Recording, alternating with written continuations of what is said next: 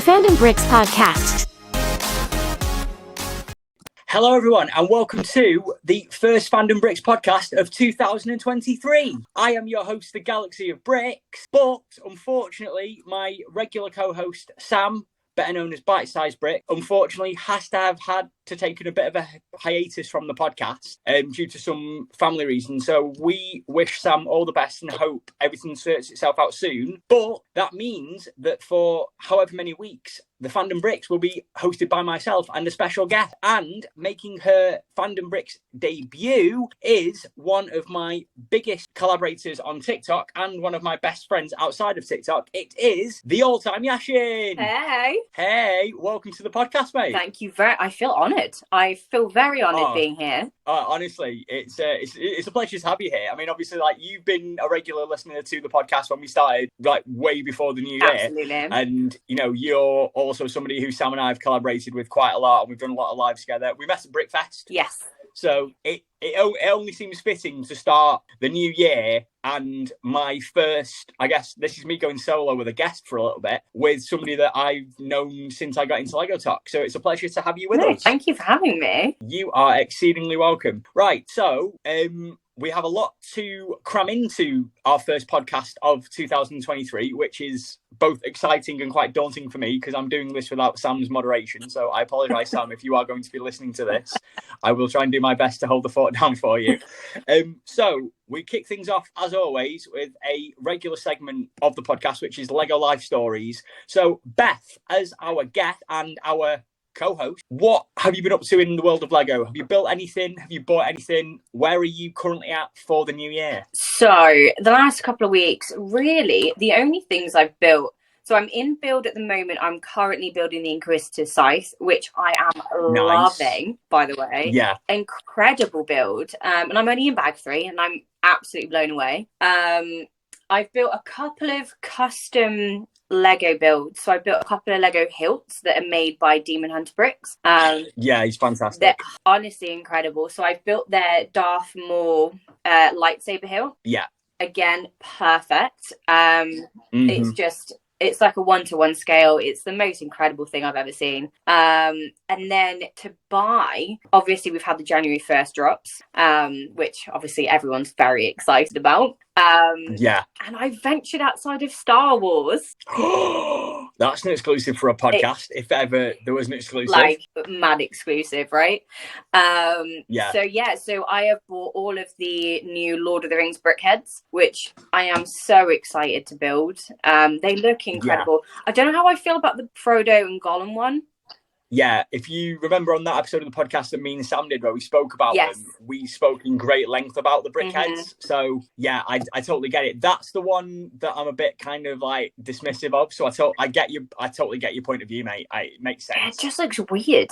Looks so weird. And compared to the other ones just look spot on. Like I wouldn't change anything about the other ones. Even the Balrog one, to begin with, I wasn't too sure, but like looking at it now in person, it looks amazing. So, I got those, and then the Tuscan Raider brickhead, which I'm really excited about too. That again looks amazing. They've really smashed it out of the park with the brickheads really this year so far. And then I bought obviously the Slave 1 microfighter as well. So yeah, that's kind of what I've been up to Lego wise recently. Nice. I like it. It's a nice broad mix there, which is good. I know. For me, that's really good. Yeah, very much so. Because obviously, you know, I've known you for quite a while. I know that your niche is Star Wars, so that is actually a very heart like warming exclusive for my first time hosting the podcast without Sam, that you've actually revealed this information. Exactly. Like, wow. Yeah. Well, similar to me actually, really, for 2023, I stayed up till midnight January 1st and basically went on the Lego store, and there was like I was in a queue for like 20 minutes. Oh wow! It said like the website you were visiting is currently busy, so I ended up I waited around, and obviously it was definitely worth it because, spoiler alert, for those of you who have not yet seen my TikTok, I spent quite a bit and I also got a GWP for spending over so much as well. So I ended up getting the new TIE Bomber, which looks amazing. The Ray Sloan, I was like, what sold it for me? The Ray Sloan minifigure, which looks great. The new like 501st Specialist Battle Pack I picked up as well. Nice. Which I think, because I've got two of the first 501st Battle Pack. Because I got one for Christmas, so I've got another one, so that kind of balances out my 501st very nicely. I picked up the Balrog and Gandalf Brickhead as well, but that was a gift for somebody else. Oh, okay. So that wasn't for me. That was for Kate. So she's got that, which is really good. And I also got every single one of the Marvel sets that they've released, bar the Quinjet. I've literally spent I've got all the mechs, the Ghost Rider mech, and the Morbius versus Miles Morales. So I'm pretty big. I mean, I was all for that Blacktron Cruiser that you get as like the GWP if you spent over so much money. I would have done it as well if I had the money. I so would have bought it. Yeah. So that was it. In terms of buying stuff, that is it. But you can find the full contents of my haul on my TikTok at the Galaxy of Bricks Boys and Girls. That is where you will find the full layout of that. And in terms of build, I've got 2 bags left of the Bad Batch shuttle to do. Oh, do you? Yeah. With season 2 just dropping, I want to try and get that built before I watch season 2. Yeah. And then I can share the content. I've done that one. I recently built the Koenigsegg Jesco Speed Champions, which is my first non-James Bond Speed Champions. That is really nice. That was another Christmas present off Kate as well. Awesome. And I also built my 1960s Batmobile as well. Oh, look at you getting through your backlog. So I mean, my backlog has grown by about 11 sets in like a week. Of course it has. Yeah. Of course it has, mate. Yeah, you know what it is. But hey ho, that's it. So what can we say? So that was Lego Life Stories.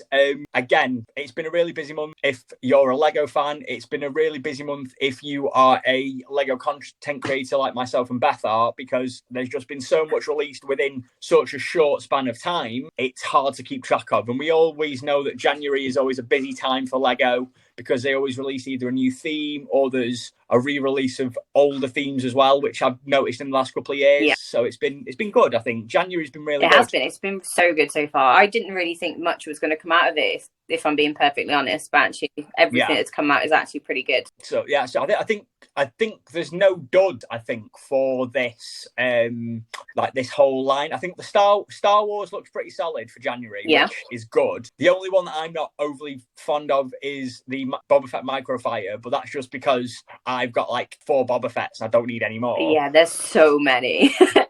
Yeah. And the Tusken Raider Brickhead is nice, but as you know, I'm not a massive Brickhead fan. No. So, but the rest of the line looks solid. Lord of the Rings, it's good that they brought it back, but again, the Frodo and Gollum one is a bit yeah. It's exactly what noise I made when I unboxed it earlier. I went, nah. Yeah. And then Marvel, of course. Marvel always is pretty solid, and I think the fact they've got some new Marvel mechs out is really good as well. So it's overall, I think, if this is how January's gone for 2023, I think come the summer and the winter, we are going to get some good stuff. But again, that is going to be a later topic of tonight's podcast episode, so we won't delve too much into that. Right, so it is time to talk about my guest host for tonight's episode of Fandom Brit, the All-Time Yashin. Now, for those of you who are not aware, the All-Time Yashin, or Beth, if you can switch them out, depends how you want to go. She is a very big content creator. She's on TikTok. You can find her on Instagram as well. She's a massive Star Wars fan, as you can tell by the UCS AT in the background, and various other things. I have had the pleasure of knowing Beth along with an exclusive group of content creators on TikTok the last 12 months or so, or nearly 12 months. So I guess really, Beth, my question to you is, tell us a little bit about you. Your name, the All-Time Yashin. It's something that a lot of people always ask you, and we've had it mentioned on lives a few times. But what about you? Where does the name, the All-Time Yashin, where does it come from? So probably, as it'll come to no surprise to anybody, I was a bit of an emo kid way back when. Still got a bit of pizzazz left, but yeah, I was very much like, I lived in black and listened to metal and all that kind of stuff. And yeah, so All Time Yashin is like at the time when I was about 12, 13, I had like two like my favorite bands were called All Time Low, who are not really that emo, but like and then Yashin were also another favorite band. So All Time Yashin is just those two band names kind of like mixed into one. I couldn't choose a name for myself. I'm not really that inventive, so I thought, wow, just smush two bands together and see what happens. And it's kind of weird. That's like as exciting as it gets, really. Yeah, the rest they say is history. Exactly. Yeah. I guess again, it's one of those things because obviously, like I myself personally, I think a couple of people did as well. We thought your actual name was Yashin for like ages. Yeah. So Jamie, the Brick Educator, he was one of the first people I went live with ever on TikTok, and for the whole live for probably we were on live for about 2 hours, I think, maybe just over 2 hours. He thought my name was Yashin for that whole live, and that's what he called me for the whole live. And then he watched another one of my live because I didn't have the heart to tell him. I didn't go, actually, Jamie, like that's not my name. I couldn't do it to him. I couldn't. He's just so sweet and so lovely. I just didn't want to put that on him. Jamie. So like I was on live and like a couple of days later or a week later, and he dropped in. And then I was either being asked what my name was or I was being asked to explain my username. And then I was saying what my actual name was. I can't quite remember what it was. And then he discovered that actually my name wasn't. And he messaged me and he was just like, I'm so sorry. He was like, I'm humiliated. It was so funny. So like me and Jamie have like this joke now that my name is actually just Yashin. Yeah, that's fair. It's understandable. I think it's a common mistake for a lot of people to make. So I get it. I mean, I thought it was for a little bit too. Yeah, he's not the only one. A lot of people have. No. So he shouldn't worry too much. Yeah, that actually really kind of you've actually given me a really nice segue for my next question to you. Actually, so Ace, thank you. No problem. You use TikTok as your main platform. I do, yeah. Yeah, and you are a massive Star Wars fan as well. Like Lego Star Wars is your niche. It is your thing. It is kind of what has drawn you into Lego. Have you always been a Star Wars fan, or have you kind of recently got into that through Lego? How long have you kind of like had Star Wars as your thing? So I've always, like, since I can remember, I've always loved Star Wars. I remember going to see Revenge of the Sith in the cinema as like a really tiny kid, not really understanding what was going on. And I just remember that opening scene and you just seeing all like the ships going through and then just it was just incredible. Like the lighting and just like the blasters and it just like blew my mind as a kid. Like it's just until this day, it's the most incredible opening scene I think I've ever seen. And ever since then, I've been so captivated by, you know, like the lightsabers, just the bright lights, and it makes me sound like a magpie, doesn't it? Like the bright lights and, you know, the lore. And I've always just been so interested in stuff that I can't quite explain. And it just, it won me over from that moment onwards. And I've just been obsessed since. And then I got into Lego because of my love of Star Wars. So that's kind of why my thing is more Lego Star Wars, because of like Star Wars was like my obsession before Lego was. So yeah, I get that. And I think that's kind of like the same for a lot of like Star Wars Lego fans. You could obviously Star Wars Lego was like released in 1999, so the very first Lego set ever released under like Star Wars as a theme was the original X-Wing, which is like a holy grail set for like every. I think regardless of how into Star Wars you are or how into Lego you are, that is like the ultimate collector's item. And new in box, mint condition, one of those X-Wings. I'd imagine with the big dark lighter with like the Carlton Banks moustache is like, you know, the ultimate. I think that is, regardless of what your holy grail is, that is like the ultimate one. Oh yeah. So, without a doubt. Because I remember like seeing Lego in 1999 and being like, oh my god, wow, like I like Lego and I like Star Wars. And then I remember like just buying like a load of Lego set in like 1999. That's me showing how old I am as well. So just clarification on the podcast there, guys. Yeah, that's good. And obviously you yourself have always been a massive like you said, you've been a massive Star Wars fan since like Revenge of the Sith, which was like 2003, 2002, 2003. So if spoiler alert for those of you who are watching this back, you can try and guess the old Tommy Jackson's age. You can kind of go from there. Carry on. But we won't talk about that. Not as old as Josh, so don't worry. No, yeah, that's fine. Don't worry about it. And I mean, is there any like particular sort of, obviously we know that you like Star Wars as a whole, but is there any like particular sort of, what's the word, sub part of Star Wars that you kind of really like in Lego form? Like, is there a specific movie that you have so many sets from? Is there a specific like character that you like? I would like to say that I'm a huge prequel fan. I am a very obviously my favorite film is from the original trilogy, so that makes this whole thing weird because like I'm a massive prequel fan and I'm obsessed with Jar Jar. I'm gonna say it, people are gonna hate is gonna hate, but I bloody love that. I love Jar Jar. He's incredible. He's just like such a fun loving character. So I would say probably I enjoy and I love prequel builds more than any. But I do have a lot of, like, looking back, I do have a lot of original trilogy sets. So again, kind of really counteract, but like a lot of the prequel sets are so expensive. Like, I could barely afford the majority of them day to day. Do you know what I mean? So they're definitely, you've got to love them to want them, to be able to save to afford them. But yeah, no, definitely prequel builds by far, and they're a lot more colourful. I tend to find there's a lot more colour involved in them.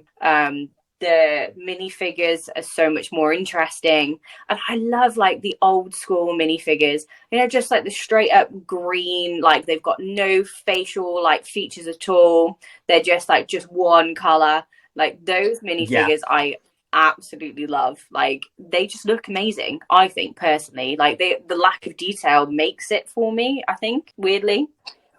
I know what you mean, and it's like because they've got that classic kind of like old school style, like bowl cut head. Yes. So they are literally, that's it. Once you once you have those, you are like what you mean when you talk about them, because they are like the quintessential. When you think of Lego, you think of like that style hairpiece, and you think of the yellow and things like that. So I totally get that. Absolutely. It makes sense. And I think, to be fair, looking at my collection as well, like there's kind of like strategically dotted around me as I record this. Of course. Most of my Lego Star Wars stuff is pretty much like original series based as well. And it sort of shows how ingrained into everyone's consciousness like the original trilogy is, but also how very little of the prequel stuff they've actually made in Lego. Like they've made a lot in like 20 odd years, but they've not actually made a lot of prequel stuff. They kind of just stuck to the grey and the blacks and the darker, grittier colours. I think if I see another Millennium Falcon, I may cry. I mean, ridiculous. What is it? I think in the last like 3 years we've had like 4, haven't we? Or something it's like honestly the most ridiculous thing. Like, we don't need another AT-AT, we don't need another ATST, we don't need another Millennium Falcon. Just leave that in the cupboard and make something better. I think Grant, it's something that Sam and I have spoken about quite a lot on the podcast, is give me something new, give me something different. I mean, obviously the Razor Crest is a prime example of this. We've had like 3 versions of the Razor Crest in about 2 years. That's very true. Because we had the original one, which came with Grief Karga, IG-88, and like the Scout Trooper. We've had another version of that, and then we've had the UCS one, and the Microfighter. And the Microfighter as well. And I get that because obviously the new series of The Mandalorian drops. The Mandalorian and Grogu are like the hottest property in Star Wars right now. But at the same time, I'm a bit burnt out on that, because I'm like, give me something that has made an appearance in the background. Give me a Hammerhead Corvette from Rogue One. Oh my god, yeah, absolutely. Like, and to be fair, I'm fed up of seeing Slave Once, if I'm being honest as well, and they're like my all-time favorite ship. So it's once it's done, like Slave Ones, we must have had about 6-7 of those, like a ridiculous amount of them over the years, and it's just there's just no need. As they've just released a 2023 Microfighter version. Just because they can, because we totally needed that. And it's a cash cow. It's a license to print money for them. I get it. It's smart business strategy, because that people are going to buy it. Because everyone loves a Slave One, which is, Unfortunate for us, because we will still buy it, which I've definitely fallen into that trap, even though I'm annoyed that they've made another one. But, you know, you've got to have it because it's a slave one. Yeah, of course. I get it. And I guess my next question for you is TikTok. Yes. That app that we all slated, we thought it was a dance app and it was, you know, for trends and stuff like that. But I guess really for like this conversation that you and I are having, and we are recording this podcast based on the fact that we met on TikTok, same as we met Just 15, we met Bishop, we met Lacoid, Pod Bricks, Ken, we met some amazing people through TikTok. And I never thought I would ever have TikTok as like one of my most used apps on my phone, but I You and me both, mate. Yeah. But I guess my question to you is, how did you even come across TikTok and Lego? Like, how do you kind of mix the two together is what I want to know. If I'm being honest, I have no idea. No. I have got no idea how it even came into my life. I think I got TikTok because I was bored in lockdown, nothing better to do.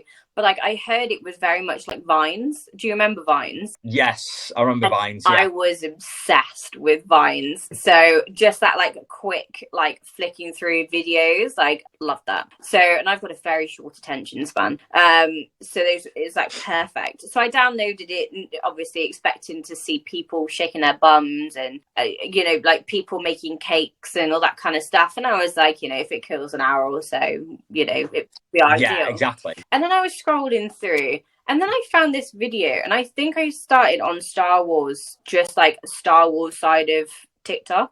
And I saw a couple of people making videos and I was like, oh, okay, this is pretty cool. And I started obviously as you watch more comes into your FYP.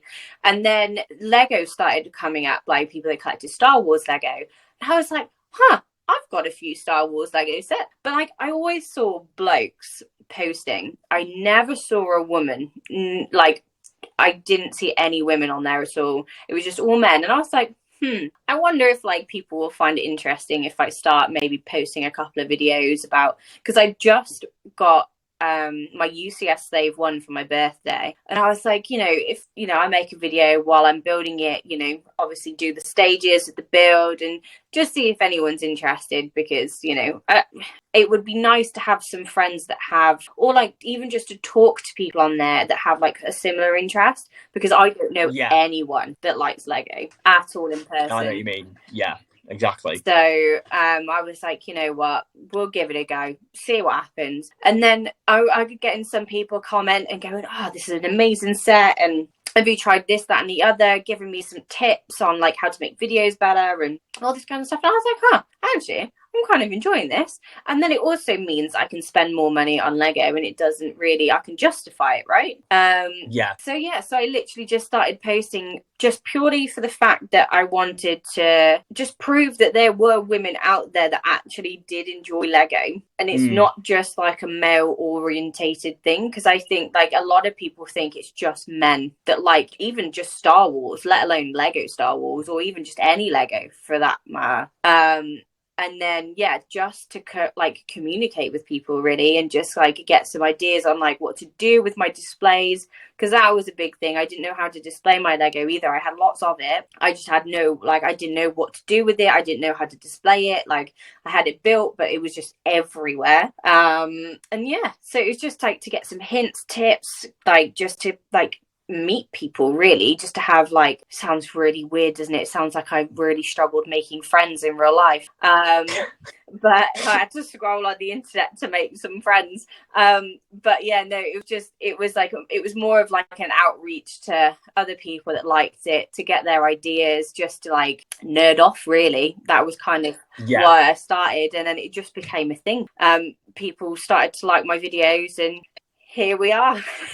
Here we are having this conversation. That's good. I like that. And I think your story about TikTok and Lego, I think that is a story that so many of us content creators share, basically. Because, you have this perception of TikTok as an app for, young people to dance, and it's all like you say, it's similar to Vines, like 30-second videos or 10-second videos. You scroll through, you can have a bit of a giggle, move on. If you like it, you like it. Yeah. And then carry on. And then you kind of get sucked into this massive community because Lego Talk itself is a community of its own. Like, they say that obviously the Star Wars community on TikTok is big, but there's a lot of kind of, should we say, there's a lot of, flag bearers. There's a lot of people who are very stringent on the criterion for how they deal with Star Wars and how they treat things. There's a lot of gatekeeping. And obviously, we don't talk at great length of that. I think that's a conversation for another day with a large group of people. Yeah.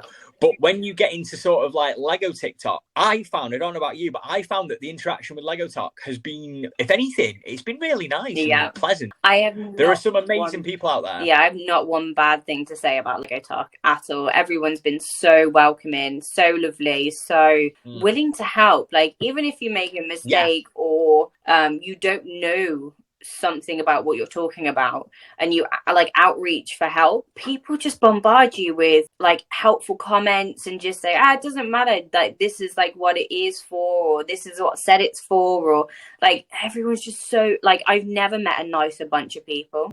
I get exactly how you mean. And also as well, it's weird because you see something that pops up on your FYP and you think to yourself, wow, these people are like so creative and they're so different, and you think, oh, I never thought of that. Yeah. And then I think what shocks me is how insanely creative Lego Talk is, because you see these designs, people like who do mocks, people who do custom minifigures, people who do like UCS style sets, and they show you, like you said, step-by-step builds, and you see how much it means to people. And I mean, we can say this ourselves because we have our own like WhatsApp group and we chat about things, and we always bounce ideas off each other, and we got to meet people like Sam and Just 15 and Bish, and people like It's Brixton and people like that, who have meant a lot to us because they're people that we interact with on our phone or computer screens every single day. And then you meet them for the first time in real life, and you're a bit like, it's a weird like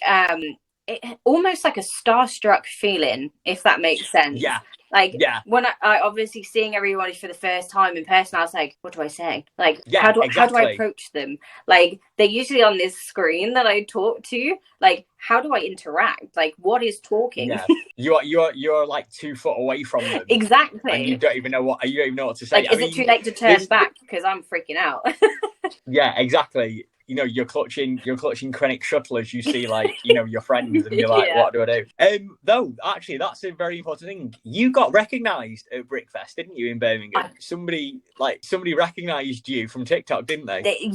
They may have done. Like, we all had, like, this thing, didn't we, where, like, as we were walking up there as a group of us, we were all, like, putting bets on of who would actually get recognised. Because, obviously, you've got Brixton, who's got, like, tens of thousands of followers. You've got Bish, who also has the same. So I was like, Bish. I put my money on Bish being the one. Yeah. And who did you put your money on? I put my money on Just 15. Right, yes. And so you had Just 15, I had Bish, and I don't think anybody actually guessed me because I'm a low baller when it comes to those boys. And like as we were coming out, wasn't it, of Brickfest for like, was it like to go to the Lego store or was it to get some air? I can't remember. It was we'd done Brickfest and we walked around and we did everything that we needed to do, and we were walking back from the we were walking back from the custard factory back to the city centre because we were going to have one last look around the Lego store, and then that was how and then we were going to like part ways essentially. Yes. So as we were coming out of Brickfest, this guy came up to me and he was like, I know you. And I was like, me? Because I was stood next to Brixton and I was thought he was talking to Brixton. He was like, no, Beth, like, I know you on TikTok. And I was like, no freaking way. Like, there's no way this guy's recognized me from TikTok. And he was like, and he was describing my Lego room. So I was like, there's no way this guy is lying because he knows I had the bricked wall. He knows like how I displayed my set. I was like, there's no way this man's lying. I was like, I can't believe it. And then he was telling me about his mocks and I just thought it was incredible. Like his mock sounded amazing. But he didn't post any videos. So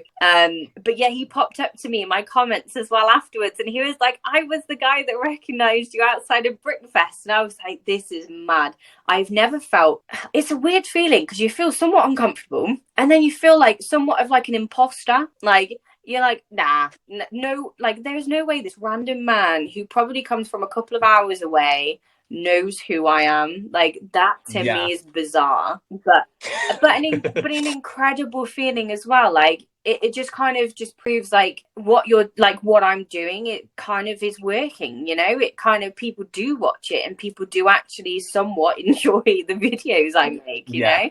It was an incredible, like, really humbling moment for me. It's like that instant gratification, isn't it? Like, all those hours that you probably spend like filming like back-to-back TikToks to fill up your drafts. Oh yeah.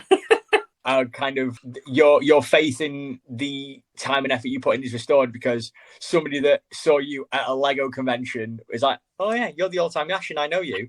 And it's like, wow, okay, yeah, bit weird. I mean, I get it, and I think it's like, say, it's nice, but it's surreal because it's kind of like, this is how like a proper celebrity must feel. I know, it's so, I couldn't have that all day every day. I'm telling you. No, I have to hire a minder. Imagine having people come up left, right, and centre, just like, oh, let's get a picture. Oh, I know you, and like, do you know what I mean? Like, I could not be like famous, like actually famous, because I think that would like, it'd be like, oh, like this is just too much. But like, it was just, it was like, honestly, it was the most amazing feeling. And very like, I'm pretty sure I blushed because I was like, you know, this is like a me moment. Weird, but amazing. Yeah. No, it's one of those things, and to share that moment with you as your friend is like ace as well. Like, just being with a few people and just like some random guy just like telling you that he recognizes you, it's just like, oh mate, it's great. That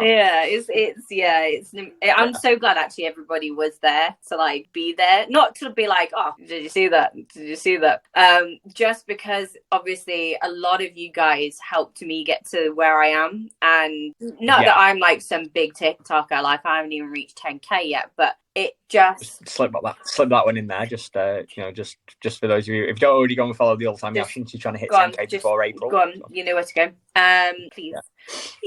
But yeah, no, it's just an amazing thing to have like everybody that I've kind of come to know and love to be there at that moment, because that is kind of like a monumental moment. Like, that to me surpasses everything that I've done on TikTok and people I've talked to and whatever I've achieved. Like, that right there, bigger than anything I've ever done. So there you go. That's a bold statement from the all-time Yash, everyone. I know, and I get what you mean. Like, I spoke to this one about Sam because we even dedicated like part of our podcast episode post Brickfest to this, but I got to experience my white whale set at Brickfest with you guys. So, you know, and spoiler alert for those of you who are not aware, it was actually Beth who spotted my white whale at Brickfest. So, you know, that in itself is a monumental occasion for me, because not only did I get to get my white whale at my first ever Lego convention, but I got to share that moment with my friends. So it's like, you know, I totally get what you mean. You're a bit like, oh wow, for me this is like peak. And I mean, I myself personally, you know, I do TikToks as and when. Those of you who regularly see my content, I may post like 2 weeks worth of content and then not do anything for about a month. You know, I'm kind of like up and down with TikTok and the algorithm at times. And I don't consider myself to be like a big content creator. I mean, I'm not even at 2,000 followers. I'm very low on the follower count, but I like to have the personal experiences. So to, like, you know, have those experiences with you guys is amazing, because you, Just 15, Bish, Lecoid, people like that are the people that I wanted to interact with when I started doing TikTok. And I had a checklist of like different TikTokers that I wanted to work with. And I can officially say within my first 6 months of doing TikTok, I got to meet every single person and do a live with a person that I've always wanted to work with. That's amazing, mate. To be fair, that is an incredible thing. Yeah. So it's one of those things. And then obviously it's crazy when you realize it. But also, this is my last question on this topic before we move on to the big question of the podcast tonight. You are one of, as you've said yourself, you're one of the few female TikTokers who do Lego TikTok, and for you it's a really big thing. And we've had Pod Bricks as our first female guest on the Fandom Bricks podcast. She was also our first American. You are our first British Lego talker for the women on our podcast. So Big up. congratulations. And Sam is not here to share. Sam is not here to share this moment with us. Sorry, Sam. He can watch back and be with us. He's watching. Yeah, and he's here with us in spirit, isn't he? Because Absolutely. Fandom Bricks was his idea, so we're kind of sharing this moment with him. But you are one of the few female Lego talkers out there who I would say, people recognize in the Lego talk community. You are somebody who we all know, and if you at least say, "Oh, are you familiar with the all-time Yashin? Are you familiar with people like Pod Bricks as well?" Yeah. People like that. I would guess, really, in a sort of like standout kind of way, you're sort of maybe a flag bearer for women on TikTok, aren't you? In this instance, because you were one of the first people that I came across who was female who did TikTok, and then obviously, you've got people like Pod Bricks who do it. You've got people like Lego Lady who do it. You've got the Ginger Lady. Yeah. You've got, people like that. And then it seems to me that in the last few months as well, we're getting a lot more female interaction with Lego as well, which I think is amazing. It shows, like you said, that it's not just a male dominated. Exactly. A male dominated fandom. It's very nice. And I guess my question to you is, what would you say to any lady out there who is interested in maybe getting into Lego and doing TikTok? What advice would you offer if hypothetical, if they were to come up to you and you were to do like a Q&A or something like that? Yeah. What would you say to them? I guess it's kind of difficult because everyone's different and everyone's pretense coming into either Lego or Star Wars or whatever, like the kind of like nerdy kind of things are. I would just say don't listen to what anyone else has to say. I would say you do you. And do whatever you want to be doing. Don't listen to if anybody else says that you're either doing something wrong, because you can't do Lego wrong. It's just not a thing. Obviously, you can build sets not by the instructions. Technically, you can. But if you're building mocks, if you're collecting different pieces of collection, someone tells you can only collect one theme, you collect as many themes as you want. Or you can collect one theme only. I did that for a very long time and people told me not to do that. You do you do what makes you happy. Don't listen to what anyone else has to say. And that's kind of really it. Like, I just don't listen to what other people say is the biggest thing. And I would say that to men, women, anybody who is trying to get into Lego. You do whatever makes you happy. I like that. I think that's a really nice way to round off our discussion with you as our guest for the podcast. And thank you so much for answering all those questions. No problem. It's been fun. And I guess really we've got a bit more of an insight into not just you, the all-time Yashin, but you, Beth, the person as well. So that was fun. I enjoyed that. Thank you. Thank you. It's exciting, isn't it? And so we discussed a lot about Lego Star Wars, and apologies, guys, for those of you who maybe aren't into Lego Star Wars, but unfortunately, our guest is a massive Lego Star Wars fan, so we have to cater to that. And that takes me on to our next topic, which is UCS sets. Now, we have seen the UCS AT-AT in the background. You've mentioned UCS Slave One, yes, and we've talked about the UCS Razor Crest as well. Now, I found out through a friend of ours that the UCS Mos Eisley Cantina might be retired at the end of this year. I mean, it was released in. Obviously, this is not cold hard evidence, guys. This is just speculation and discussion. But the UCS Cantina was released in 2020. It is now the start of 2023, and on average, UCS sets have a 3 to 4 year life before they are discontinued and they are, retired. So my guess to you is, what would you like to see as a UCS style set? Because obviously you collect quite a few. You have a few in your collection. Yeah. What would you like to see?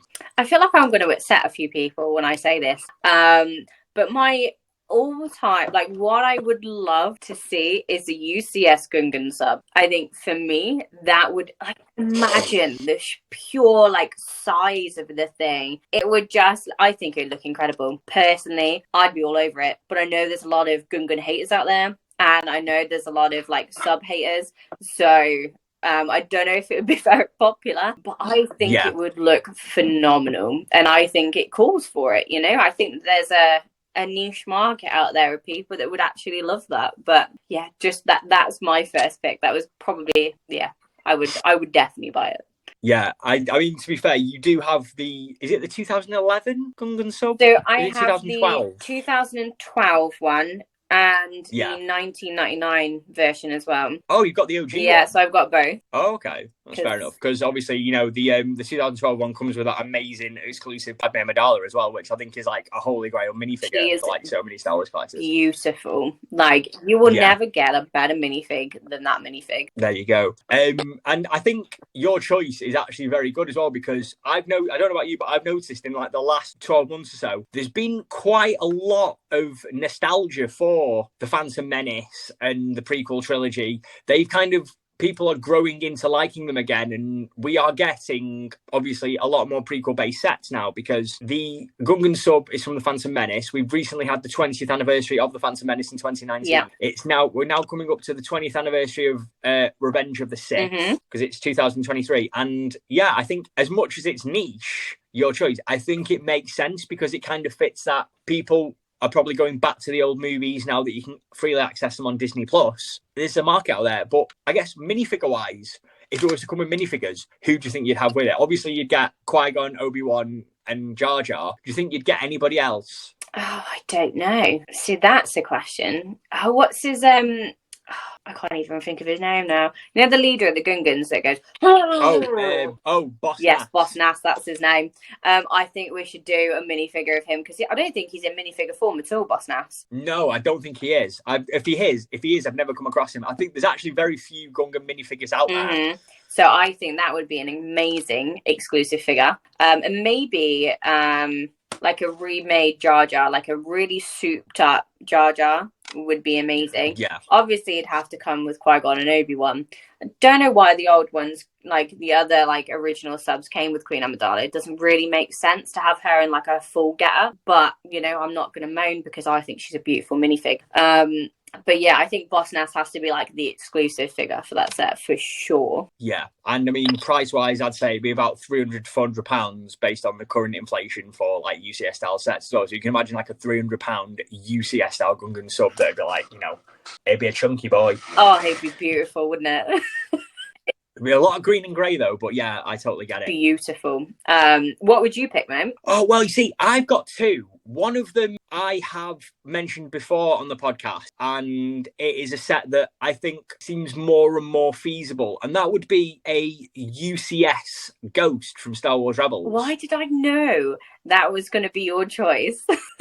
Yeah, well, I mean, obviously, I've got the 2015 playstyle version of that in my collection, which I still need to build. Yeah. But I think it makes sense. It does. Because Ahsoka is coming out on Disney Plus this year. There's been a lot of love for the Rebels has seen a resurgence as well. It's the same with obviously Clone Wars and Bad Batch and things like that. They've seen a bit of a resurgence. Like people kind of ripped them off and thought, oh, the artwork's not great. It's based on the Macquarie concept art. I don't think I'm going to be interested, but it's growing. Like I've been on eBay and I've seen like the Rebel sets just like go up in inflation, and it's crazy. And I have I'm a massive Star Wars Rebels fan. Like it is one of my favorite TV shows like ever. Yeah. And I think a UCS Ghost makes sense because you can imagine if the Ghost Crew are going to be featured in Ahsoka, we're going to get obviously an updated version of the Ghost Crew like 20 years later. Yeah.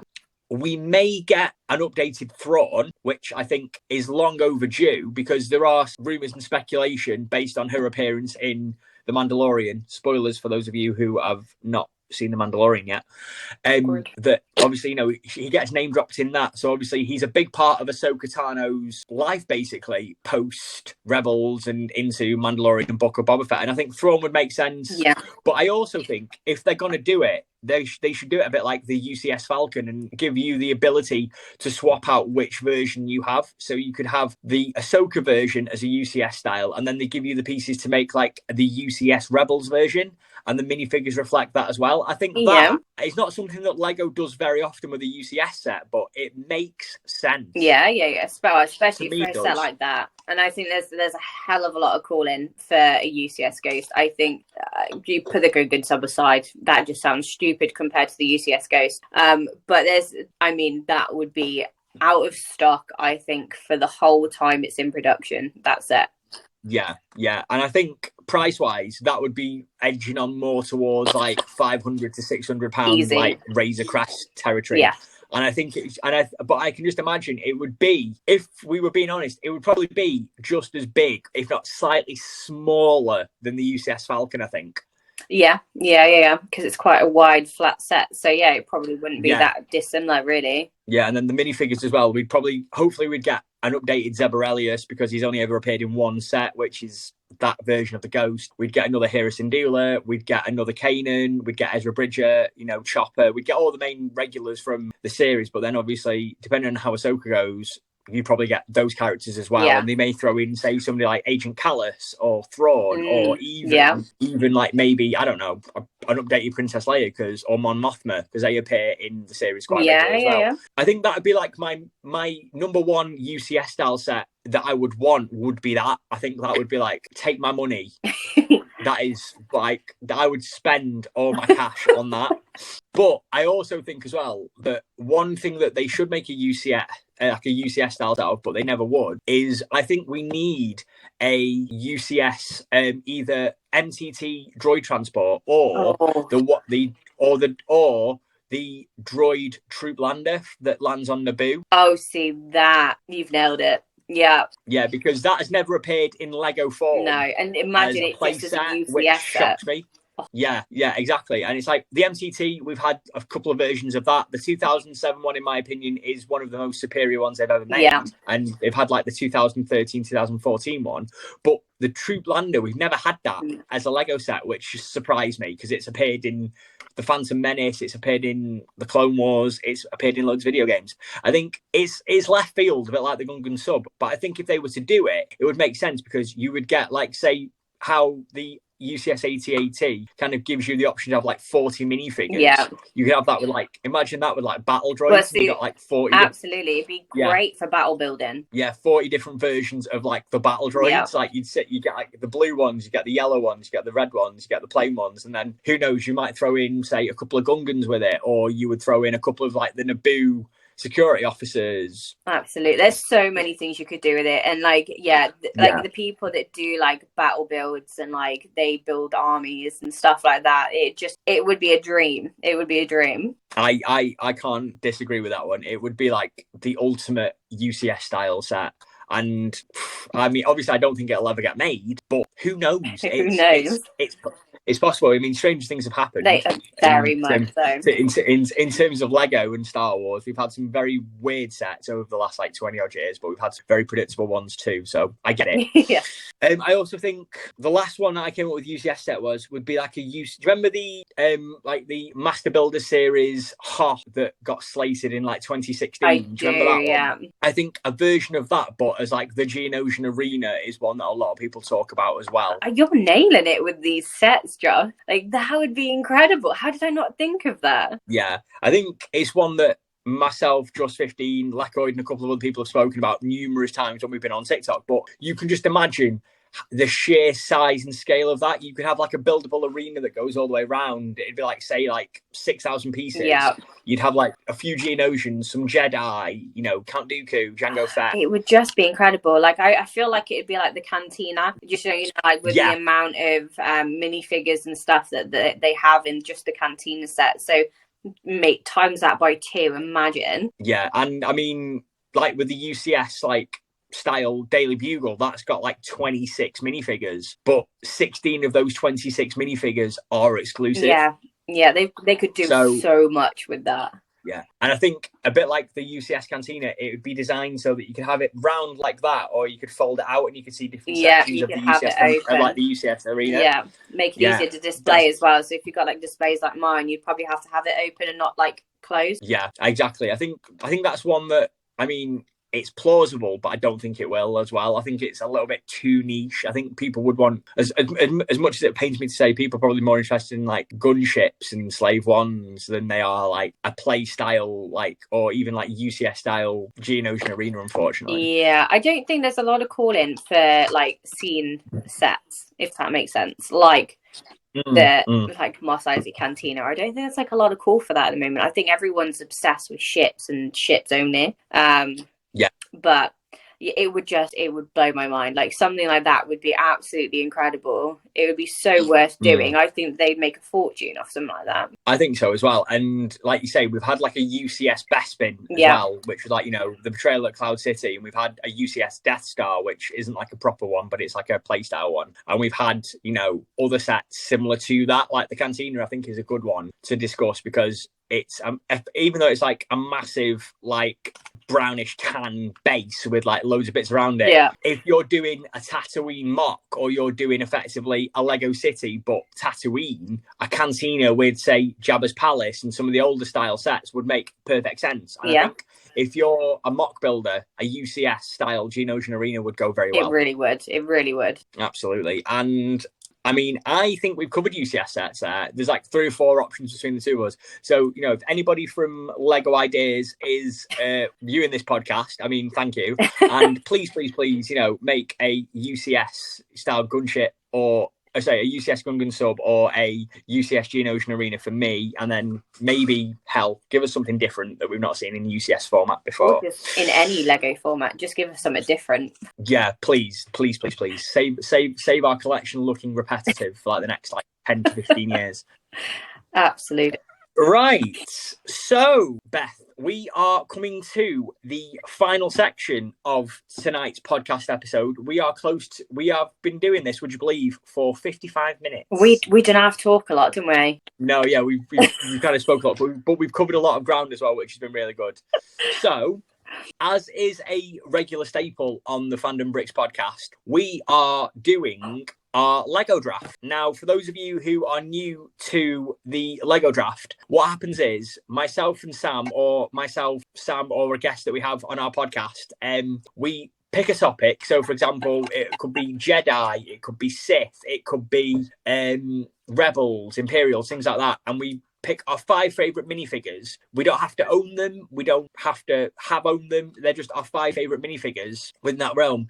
And then a bit like the fantasy football that you get in America or in a lot of sports like that, we each pick one and then kind of go from there. And it's kind of like back and forth. And then obviously you have to play this very tactically, because you want to kind of stop. There will be a poll sort of at the bottom of this video in the comment section as well for the edit to let you guys pick which one of us has the better team overall, because you know we take this very seriously. It's like fantasy football. Every guest that I've ever done this against has always had a better team than me, but when I play against Sam, I've always gone big and I've always like just demolished him. So I'm hoping that for the new year my luck is definitely on my side. So as the guest for our podcast, Beth, you get to decide, would you like to go first or would you like to go second? I want to go first, because I think if you pick my top one, I'll be very upset. Okay, right. I'm playing the selfish game. That's fine. You can play, because obviously as well, your first pick dictates how this is going to go. So the floor is yours. Take it away. Okay, so my number one is obviously, and we've mentioned her actually in this already, the Queen Amidala minifig from the 2012 Gungan sub. So yeah, in her all red dress and the headpiece, and yeah, she's incredible. So yeah, she has to be my number one for sure. Yeah, I mean to be fair, like if you hadn't have picked her, I'd have been really shocked. So no, solid start there. Solid start. Okay, what's your number one then, Josh? Right, my number one pick for this non-Force user draft. So obviously Jedi are off the equation. Princess Leia, unfortunately, we had a discussion before we filmed. Princess Leia is she's not allowed in this draft, because if you've seen the sequels, you know what I'm going to say. We'll leave that one there. Yeah. So my first pick is actually going to be Phase 2 Captain Rex from 2013. Nice. I actually don't have him on either of my lists. Yeah, I think we've only ever had him as like Phase 1 Clone Wars. We've not actually had an updated one. We've got a new Cody, so I'm hoping that this year we get a new Rex. Ooh. So I'm thinking play it very tactical and go for Rex as well, who is like one of my favourite clone troopers. And everybody loves a Phase 1 Rex as well. You did that really smartly. I like it. Thank you. Dirty. So go on. Dirty play that is. Yeah, unfortunately, yes. So it's your number 2. Okay, so my number 2 will be Jango Fett but specifically the angry face Jango Fett from the 2017 Jedi Starfighter and the Hyperdrive ring set. Oh, nice. Solid. Like that has to be my favorite Jango Fett minifigure. So I'm gonna have to go angry face Jango Fett. He wasn't on my list. Oh. Because I looked at it and I was kind of thinking she won't go for Django because obviously any of the Fets are possibly obvious. Mm-hmm. Yeah, I did. But also as well, that 2017 set is actually really nice because you've got that in your collection, haven't you? As well? I do, yeah. And as soon as I built him, I just fell in love with that minifigure. And I don't think you can get a better Fett minifigure, even though like I've got an obsession with Boba. I don't think you can get a better minifig than that. Solid. No, so that's a solid first two there. Yeah. I'm impressed with that one. I rate that. What's your number two then, Josh? Okay, so my number two is, and I mean, I've got like 10 names on my list here, and I've got 5 that I really want, but I'm looking at your first two, and I think I'm gonna have to change things up a bit here. Oh no. That's funny.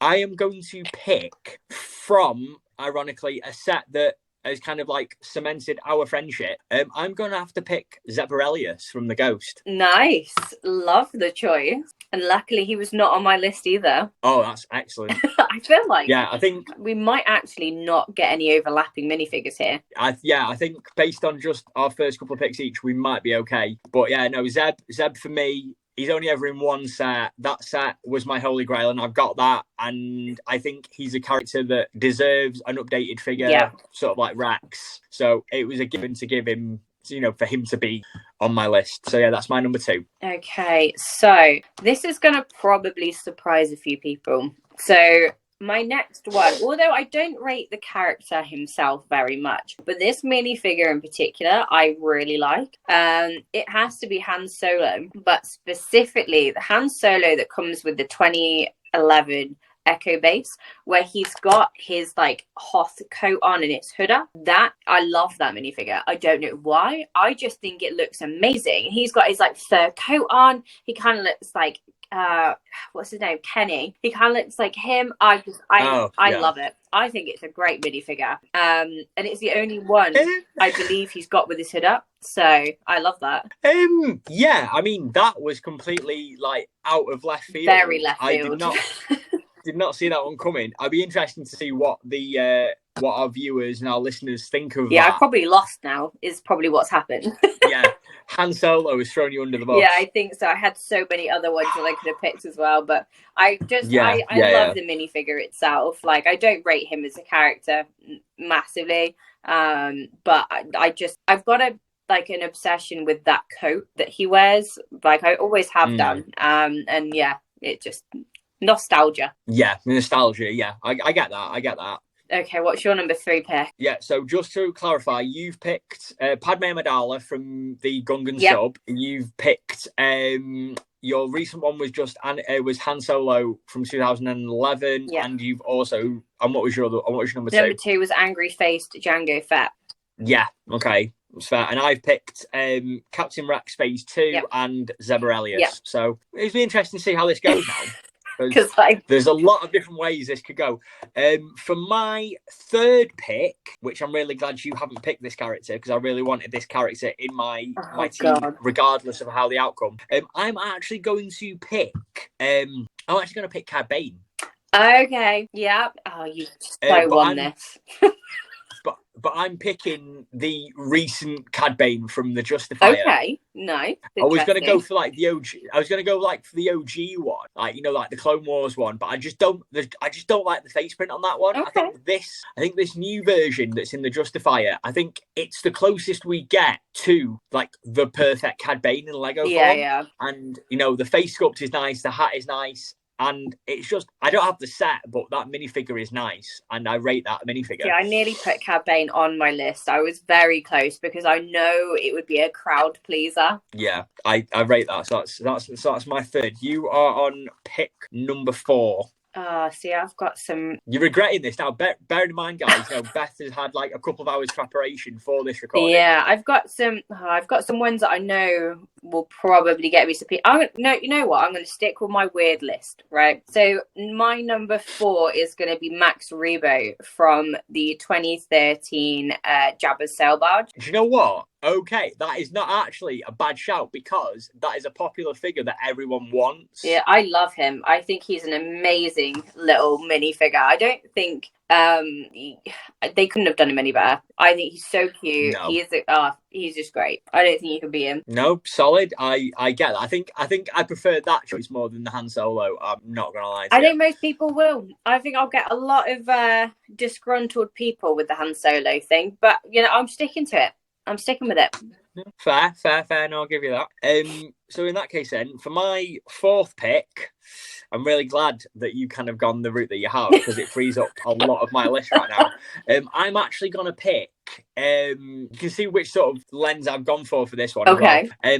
I am going to pick for my 4th one. I'm going to pick Agent Callus. Oh, nice. Okay. But I'm picking the Agent Callus that comes with the helmet. Not the hairpiece. Yeah. No, because he's got that weird kind of like Urukai style helmet that goes all the way around. Yeah. But yeah, I've got him in my collection because I've got the all-terrain defense pod from Star Wars Rebels. That's like one of the first big sets that I bought when I got back into Lego collecting. Yeah. So I think the minifigure's amazing because it's got like the sideburns. It's a great thing. It doesn't come with a spare hairpiece, but it is a great minifig. And yeah, I absolutely love it. So that's my 4th pick. I've so lost this. I'm calling it now. There's no point putting the voter. I've definitely lost, especially with my next one because I'm almost ashamed to say it, to be honest. But again, I think it's a great looking minifigure. Don't rate the character, but the minifigure looks amazing. Okay. Newt Gunray. Wow. Specifically from Anakin's Jedi Starfighter, the green one from 2012. And he's got this orange, almost looks like Amidala's dress. Yeah, with the headpiece. Yeah. I think that minifigure looks amazing. Again, don't rate the character, don't rate him, but yeah, I think he looks like a great minifig. No, I get that, and I think, like you say, it's more just a case of when you look at that style of minifigure. I don't think Lego have made characters like that since, have they? No. In any sort of theme, because obviously now they've got that sloped kind of lower body piece now. Yeah. Whereas obviously they're round with a sort of a small base. I think that'll appeal to the niche and the nostalgic lovers there. So you might get the vote on niche and nostalgia. Yeah, just not on very many. Yeah, well, we'll see how the vote goes when this goes out. And I think... Right, what's your last one then, Josh? Come on. I think to top this off, there could only be one, and I'm going to pick Admiral Thrawn. Yeah, to top the pile off. Yeah. I mean, I've got him in my collection. He's one of my favourite minifigures, and he's one of my favourite Star Wars characters. And he's got that really fun, funky rank insignia misprint that a lot of people don't realise. And his hairpiece is exclusive to that set because they don't make that hairpiece in blue for any other theme. So yeah, I'm sorry, I'm gonna have to go Admiral Thrawn. That's a solid choice, and I think you've solidified your win there. To be fair, you've picked a lot of people pleasers and a lot of characters that people absolutely love. So yeah, I would not be surprised if it came back as you're the winner. To be perfectly honest. Yeah. So So do you want to reel off your 5 for the people at home for us, Beth, please? Absolutely, because I'm so gonna win.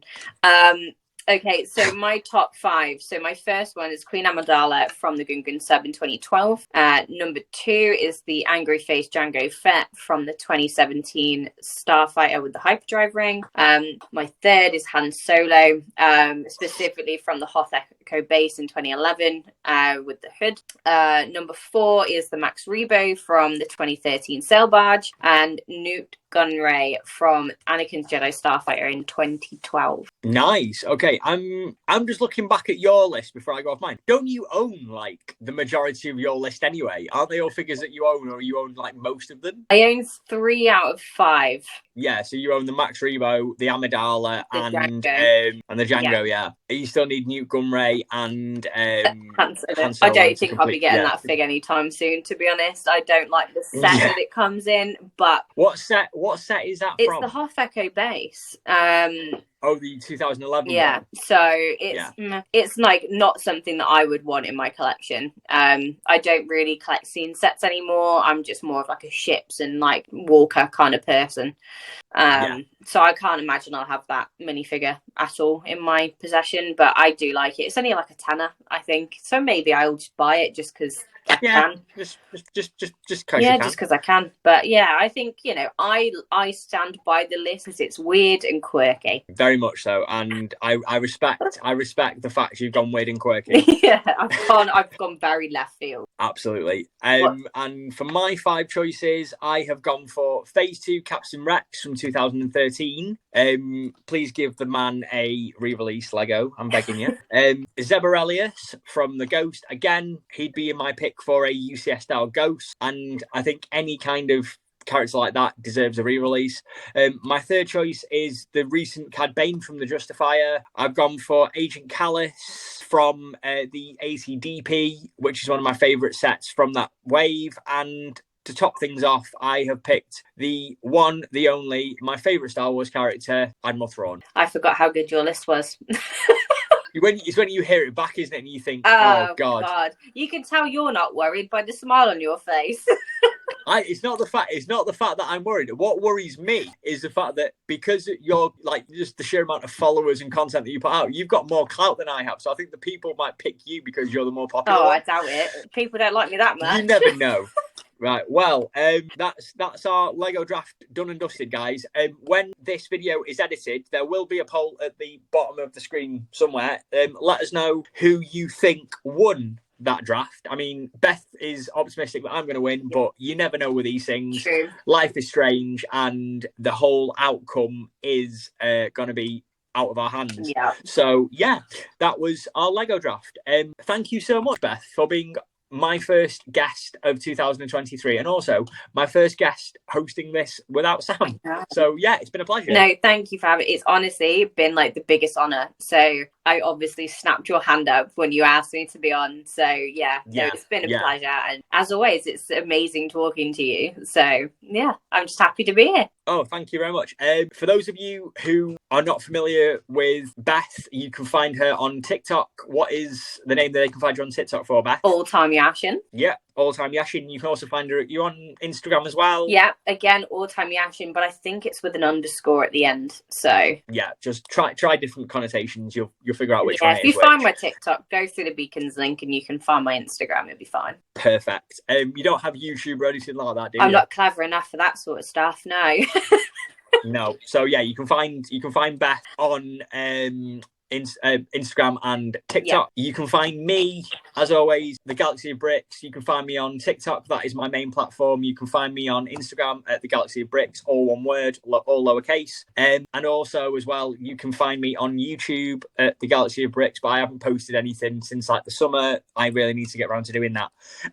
So big thank you to my guest, the All Time Yashin. It's been a pleasure having you as my guest host and my guest for the first podcast of the year. Whoop, whoop. We did it. You can when this stops recording, you can relax and you can breathe. Can I show my my note just to remind me of what not to do on this podcast? Yeah, that I like that. That's I hope that when the edit's done that they keep that in the edit, because that is that needs to be, this needs to be like a 10-second TikTok of itself, just you holding up that. Yeah. No swear. I had to remind myself just in case, because you never know with me. Exactly. So yeah, so it's a little bit of a change to our lineup for the podcast. I know we haven't posted since just before Christmas, but again, we decided to take a break for the holidays because I think everybody's been a bit worn out from Lego and TikTok and Christmas. Yeah. So we've given it a bit of a hiatus.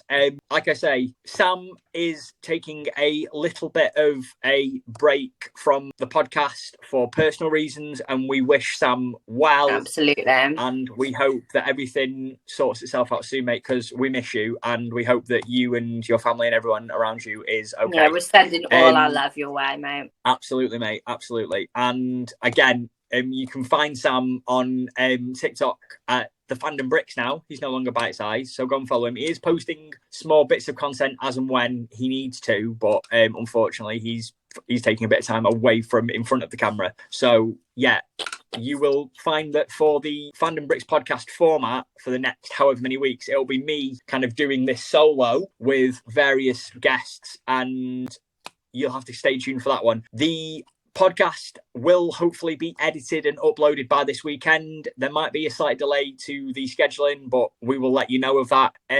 But you can find us at our usual haunts on Amazon Podcast. You can find us on Spotify. You can find us on YouTube. I think we're on iTunes now as well. How exciting. Yeah, basically like all the usual places you can find a podcast, you will probably find the Fandom Bricks here. I think this is like episode 11 or 10. It's like we've been doing this for like, yeah, we're pretty big now. Like we are like big, like peak podcast. Yeah.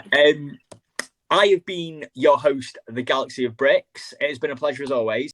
You have joined me and my guest host, the all-time Yashin. Go and follow her on all her socials if you are a big fan and you want to see more of her content. Nah. Just now.